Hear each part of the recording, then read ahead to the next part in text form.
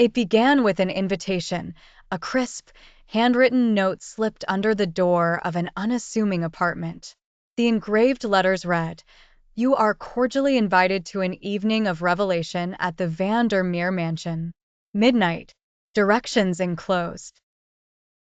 Intrigued but apprehensive, Eliza stared at the antique clock on her mantel that now read 11 p.m. She felt an inexplicable pull to go. By 11:45, she was at the gates of the mansion, an imposing structure draped in ivy, its windows like the hollow eyes of a skull.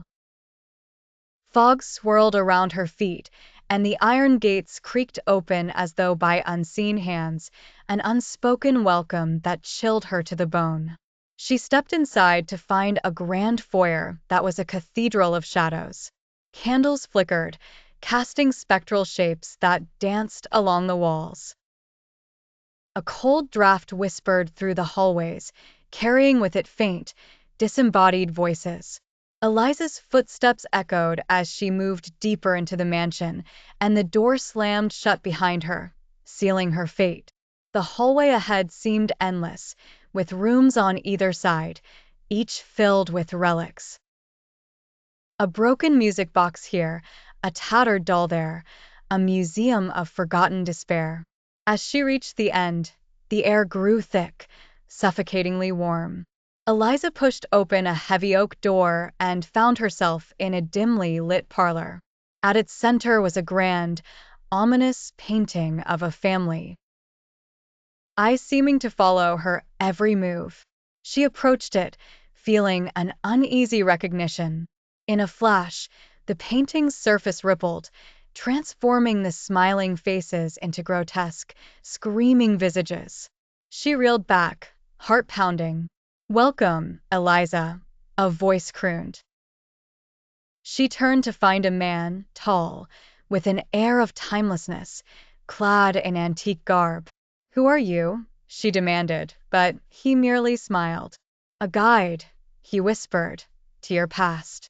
Without warning, the room spun, darkness enveloped her, and she was no longer in the mansion. Instead, she found herself in a small, decrepit house, surrounded by broken furniture and cobwebs. A child's cry echoed in the distance. Eliza followed the sound to a nursery. There, she saw herself as a child, crying alone in the dark. The man appeared beside her. "Do you remember now?" he asked. Memory flooded back, being left alone in the dark, the fear, the cold. She had repressed it all. "It's time to face your fears," he said. The walls began closing in, the darkness intensifying. She felt suffocated, terror-stricken. But then she screamed, a scream that shattered the illusion, and she was back in the parlor, gasping for breath. The man was gone, but the painting had changed. It now showed her, standing tall, unafraid. The clock struck midnight. Eliza exited the mansion, the dawn's first light breaking the night's hold. She had faced her past and survived, forever changed.